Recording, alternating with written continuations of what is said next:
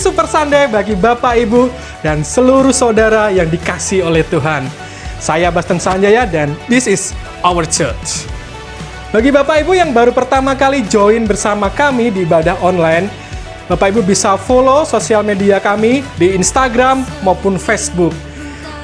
Dan ibadah sepekan kami diadakan secara online setiap Senin, Selasa, dan Jumat jam 6 sore melalui Google Meeting atau Hangout. Pastikan Bapak Ibu terlibat di dalamnya. Untuk hari Sabtu jam 5 pagi, kita juga akan ada doa melalui Google Meeting dan Hangout. Untuk anak muda, jangan lupa, jangan lewatkan jam 8 malam. Kita akan ada ibadah secara online melalui Google Meeting dan Hangout. Pastikan anak-anak muda bergabung bersama dengan kami. Demikian ibadah sepekan IFGR Balikpapan, dan mari kita siapkan hati kita untuk hari ini kita memuji Tuhan, memuliakan nama Tuhan. Tuhan Yesus, kami bersyukur buat hari yang baru, hari yang telah Engkau jadikan buat setiap kami. Kami bersyukur buat kesehatan yang Tuhan berikan. Kami bersyukur buat pengharapan yang baru setiap hari. Sekarang Tuhan, saatnya kami untuk memuji, memuliakan nama-Mu. Mari Roh Kudus tolong setiap kami, persiapkan hati kami Tuhan, untuk kami boleh menerima berkat firman-Mu. Kami percaya hari ini Tuhan, kami boleh memperoleh berkat dari surga. Hanya di dalam nama Tuhan Yesus, kami siap memuliakan Raja di atas segala Raja. Haleluya, amin. Shalom, selamat pagi Bapak Ibu sekalian dimanapun berada. Kami percaya Tuhan telah memberkati kita semua. Kita diberi kemenangan-kemenangan oleh Tuhan. Terima kasih Yesus.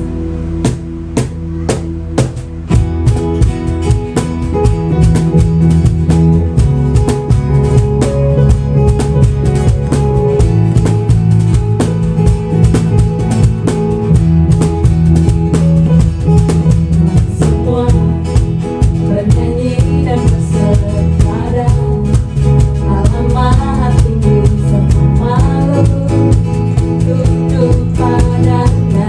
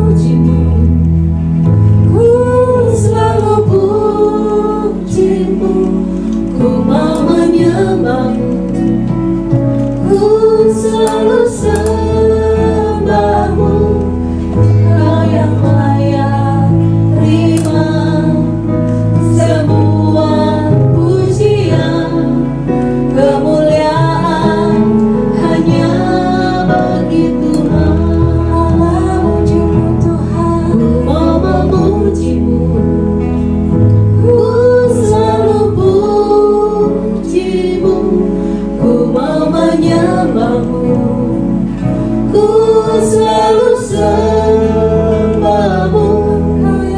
Kau yang layak terima semua pujian, kemuliaan hanya bagi Tuhan.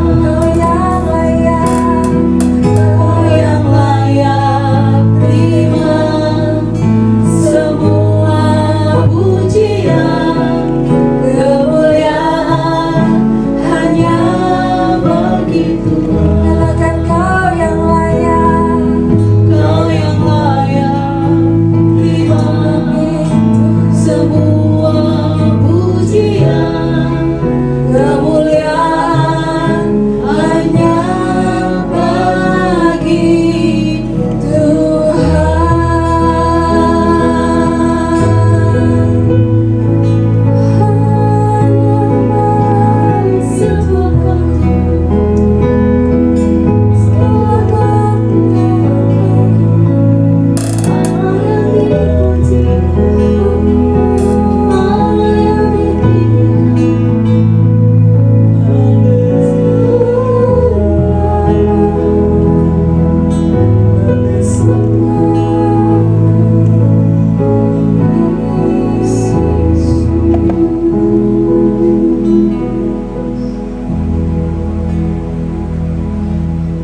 Shalom, jemaat yang dikasihi Tuhan. Kita bersyukur di tengah situasi yang ada saat ini kita masih memiliki kabar baik. Karena itu, mari jemaat yang dikasihi Tuhan, kita sama-sama ya memegang Alkitab kita, handphone kita nyatakan kabar baik yang kita miliki. Mari sama-sama untuk mendeklarasikan kabar baik yang kita miliki. Inilah kabar baik. Saya diselamatkan oleh kasih karunia Allah, bukan oleh perbuatan saya. Saya dibenarkan, saya diubahkan, dan saya diberkati di dalam Dia. Sekarang saya tahu segala sesuatu terjadi dalam hidup saya untuk kebaikan, karena saya dipanggil sesuai dengan rencananya. Bersama kita hidup untuk kemuliaan Allah. People is our mission. Connect with God. Make disciple. Amin. Tepuk tangan untuk kita semua. Ini kabar baik yang kita miliki, yang tidak akan diambil oleh dunia ini daripada kita. Kita akan mempersiapkan hati kita untuk kita boleh menerima firman Tuhan. Mari sama-sama kita berdoa. Bapa di sorga, kami mengucap syukur kepadamu Tuhan, bahwa Engkau Bapa kami yang setia, Bapa yang mendengar, Bapa yang melihat, Bapa yang peduli atas kehidupan kami. Karena itu Tuhan, dimuliakan, ditinggikanlah Engkau. Biarlah pada hari ini Tuhan, penyertaan-Mu nyata dengan Engkau berbicara bagi kami. Biarlah Engkau yang berbicara bagi kami Tuhan, untuk kami boleh memiliki pegangan atas dunia ini, karena kami percaya bahwa langit dan bumi akan berlalu, tetapi firman-Mu tetap untuk selama-lamanya. Karena itu Tuhan, kami meminta pertolongan Roh Kudus-Mu yang memberikan kepada kami pencerahan, yang menghidupkan firman yang tertulis menjadi rema, firman yang hidup bagi kami semua. Dan biarlah Tuhan mengurapi hamba-Mu yang menyampaikan firman-Mu. Engkau pakai, Engkau kuduskan dia, demikian juga semua kami. Terima kasih Bapa di sorga, kami siap mendengar firman-Mu. Dalam nama Yesus Kristus kami berdoa. Amin. Jemaat yang dikasihi Tuhan, hari ini kita akan melihat firman Tuhan dari Yohanes pasal yang ke-21, ayat yang ketiga sampai dengan ayat 13. Saya akan bacakan beberapa ayat diantaranya. Dari ayat 3 mengatakan bahwa, kata Simon Petrus kepada mereka, "Aku pergi menangkap ikan." Kata mereka kepadanya, "Kami pergi juga dengan engkau." Mereka berangkat lalu naik ke perahu, tetapi malam itu mereka tidak menangkap apa-apa. Ketika hari mulai siang, Yesus berdiri di pantai, akan tetapi murid-murid itu tidak tahu bahwa itu adalah Yesus. Kata Yesus kepada mereka, "Hai anak-anak, adakah kamu mempunyai lauk pauk?" Jawab mereka, tidak ada. Maka kata Yesus kepada mereka, tebarkanlah jalamu di sebelah kanan perahu, maka akan kamu peroleh. Lalu mereka menebarkannya dan mereka tidak dapat menariknya lagi karena banyak ikan. Kita lanjut ke yang 9. Ketika mereka tiba di darat, mereka melihat api arang dan di atasnya ikan dan roti. Kata Yesus kepada mereka, bawalah beberapa ikan yang baru kamu tangkap itu. Simon Petrus naik ke perahu lalu menghela jala itu ke darat, penuh ikan-ikan besar 153 ekor banyaknya. Dan sungguh pun sebanyak itu jala itu tidak koyak. Kata Yesus kepada mereka, marilah dan sarapanlah. Demikian pembacaan firman Tuhan bagi kita. Saudara yang dikasihi Tuhan, situasi yang dihadapi oleh murid-murid agak mirip dengan situasi yang kita hadapi pada saat ini, di mana mereka mengalami apa yang disebut dengan lockdown, ya, untuk mereka tidak boleh keluar dari satu tempat, yaitu tempat yang bernama Galilea. Karena apa? Karena firman Tuhan mengatakan di Markus pasal 16 ayat 7, di mana ketika murid-murid melihat kubur Tuhan Yesus yang sudah terbuka, dan kemudian malaikat berkata bahwa Yesus sudah mendahului mereka ke Galilea, dan dikatakan yang kedua mereka akan bertemu di sana. Jadi Galilea adalah satu tempat di mana mereka akan bertemu dengan Tuhan Yesus yang hidup. Mereka tidak boleh keluar dari daerah itu kalau mereka mau bertemu dengan Tuhan Yesus yang sudah bangkit dari kematian. Saudaraku, ada 5 hal yang perlu untuk kita lakukan supaya kita menjadi orang yang terberkati dalam masa-masa seperti ini. Yang pertama adalah bahwa murid-murid itu mereka taat. Mereka taat kepada perintah Tuhan yang disampaikan lewat, baik itu lewat malaikat. Tetapi sebelumnya Tuhan Yesus pun pernah menyatakan bahwa dia akan ke Galilea setelah bangkit dari kematian. Mereka ada di sana dan memang tidak semua. Alkitab mencatat bahwa yang ada pada saat itu, pada ayat yang kedua itu hanya 7 orang, ya. Petrus dan kawan-kawan itu mereka bertujuh. Dan yang kedua yang mereka lakukan adalah bahwa mereka tidak berpangku tangan. Mereka mengerjakan sesuatu yang pernah dia kuasai. Mereka menghidupkan kembali sesuatu yang pernah mereka kerjakan. Di mana dalam hal ini Petrus yang seorang nelayan, dia mengajak teman-temannya untuk pergi bersama-sama menangkap ikan. Karena memang backgroundnya, latar belakangnya adalah nelayan, penangkap ikan. Saudaraku, daerah Galilea itu terkenal dengan daerah penghasil ikan, ya, di mana di Danau Galilea itu ikannya banyak berlimpah. Mereka pada masa itu sampai mengekspor ikan dari sana. Dan itu juga daerah yang subur dengan pertanian. Itu adalah satu daerah tempat Tuhan Yesus dibesarkan. Tempat di mana Tuhan Yesus memanggil murid-murid. Dan Petrus, dia pergi menangkap ikan dan diikuti oleh murid-murid yang lain. Tapi saudara yang dikasihi Tuhan, dalam kasus ini mereka ternyata tidak mendapatkan sesuatu pun. Kalau kita kembali lagi mengerjakan sesuatu yang sudah lama kita tinggalkan, ya bisa jadi seperti ini. Kita tidak menghasilkan sesuatu seperti yang kita harapkan. Mungkin kita udah kehilangan skill. Kita tidak lagi memiliki touch yang biasanya dimiliki oleh seseorang yang terbiasa melakukan sesuatu. Feelingnya sudah hilang. Tetapi mereka tidak berputus asa, mereka tetap mengerjakannya. Saudara lihat bahwa murid-murid di sini mereka bertekun sedemikian rupa, mereka sampai pada menjelang siang, saudaraku. Jadi dari malam mereka nangkap ikan nggak dapat apa-apa. Kemudian menjelang siang Tuhan Yesus datang, saudaraku, membawa perubahan.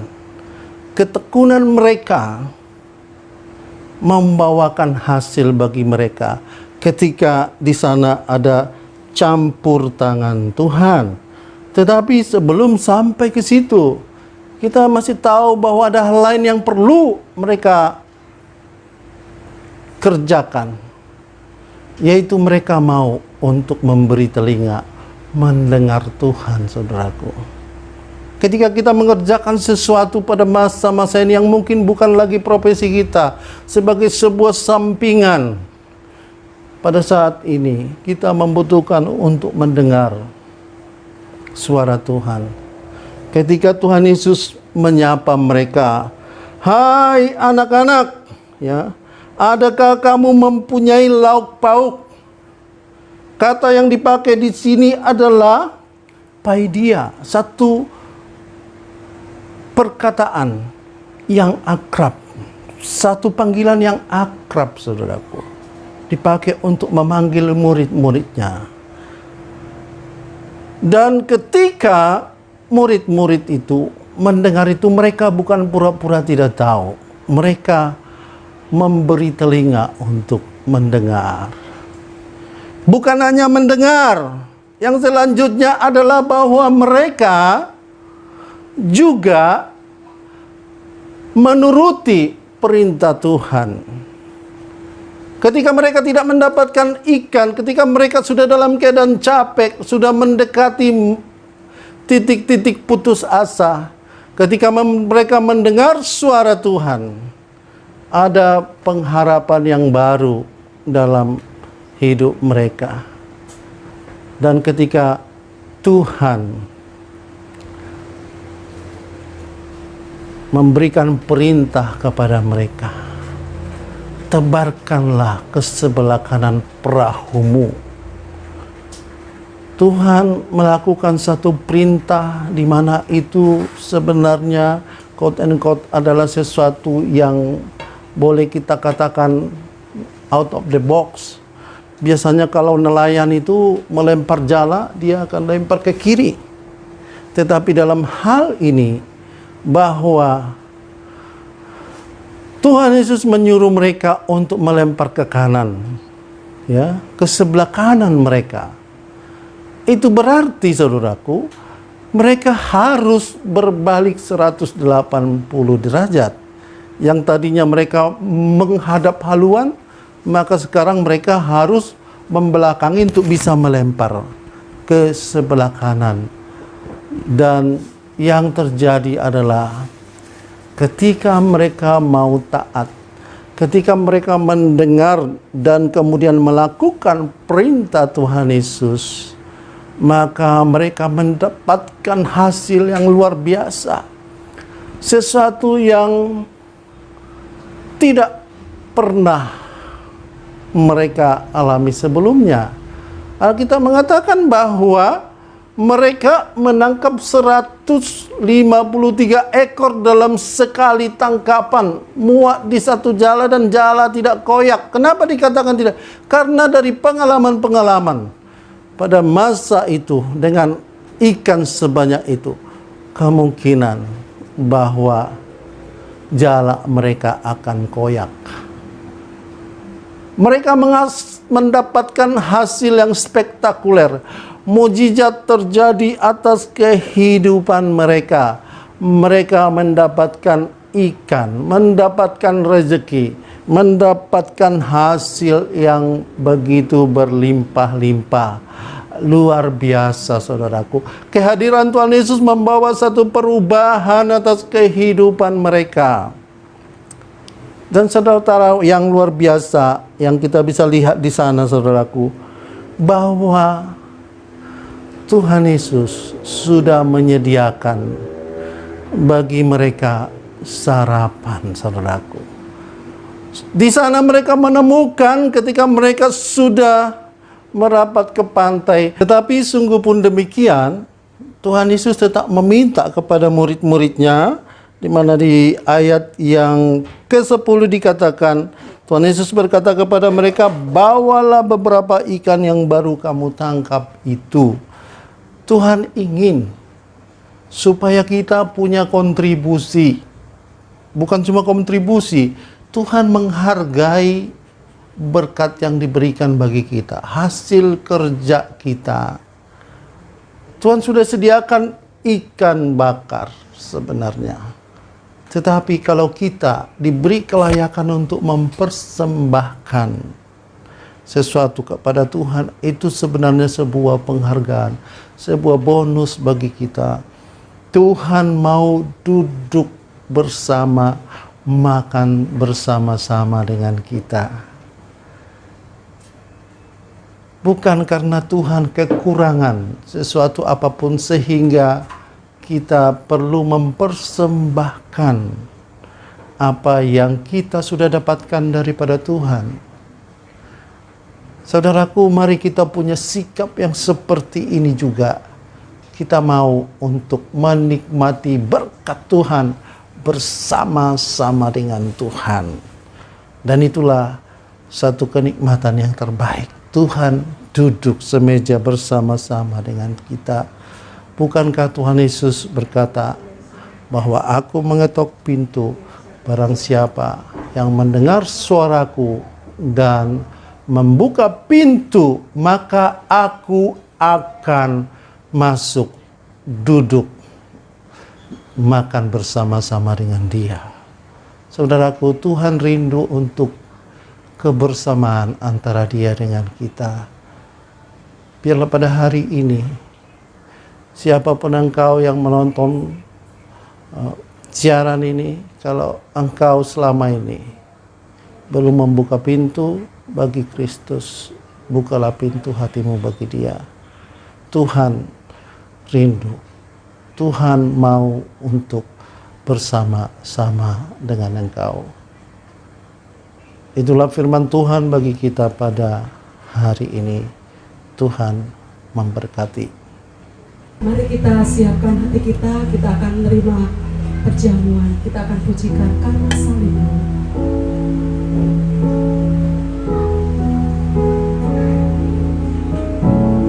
Hanya Kau Tuhan di hidupku, Kau berikan hidup yang baru. Darah-Mu menyucikan, pulihkan hatiku. Ku nyatakan Kaulah segalanya. Engkaulah sumber pengharapan.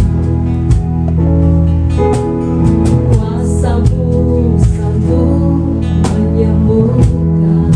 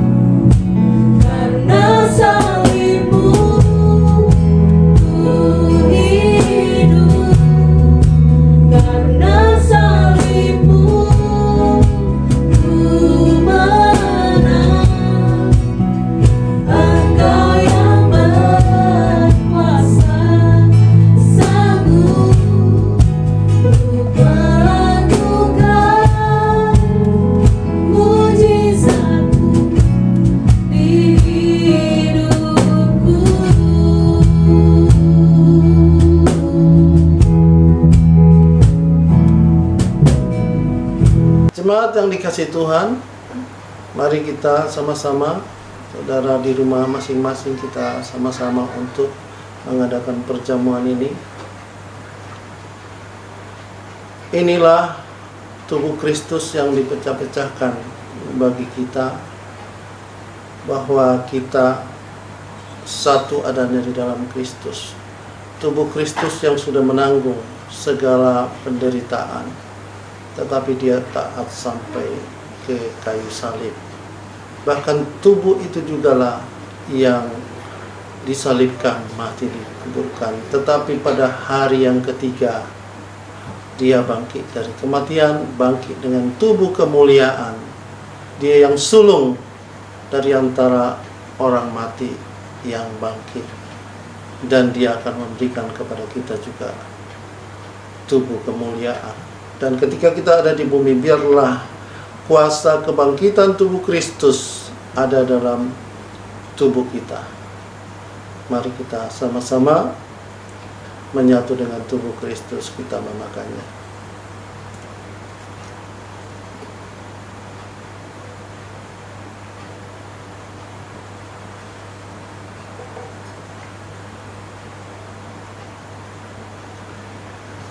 Inilah darah Kristus, darah perjanjian baru, satu-satunya darah anak domba Allah yang berkenan kepada Tuhan untuk penghapusan dosa kita. Oleh darah Yesus Kristus Tuhan, dosa kita dihapuskan. Bahkan oleh kuasa darah Yesus Kristus dan perkataan kesaksian kita, kita mengalahkan iblis. Bahkan sakit penyakit pun oleh bilur-bilurnya kita disembuhkan. Mari kita menyatu dengan tubuh dan darah Yesus.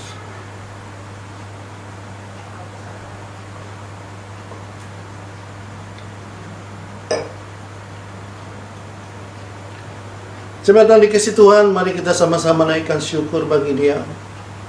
Tuhan, terima kasih, kami bersyukur kepadamu oleh karena karyamu yang luar biasa. Karena itu layaklah Engkau, Tuhan Yesus, ditinggikan, dimuliakan, diagungkan.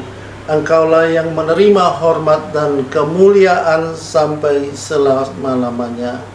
Tiada Allah, tiada Tuhan yang seperti Engkau, Allah yang berkuasa di bumi dan di sorga. Kami bersyukur atas karyamu bagi hidup kami. Terima kasih Tuhan. Hanya dalam nama Yesus kami berdoa. Amin. Puji Tuhan, kita sudah menerima berkat firman Tuhan. Kita sudah menyiapkan hati kita, telah dimenangkan oleh Tuhan dan diselamatkan oleh Tuhan. Tambah semangat bahwa Tuhan selalu beserta. Kita akan pujikan pujian. Mendengar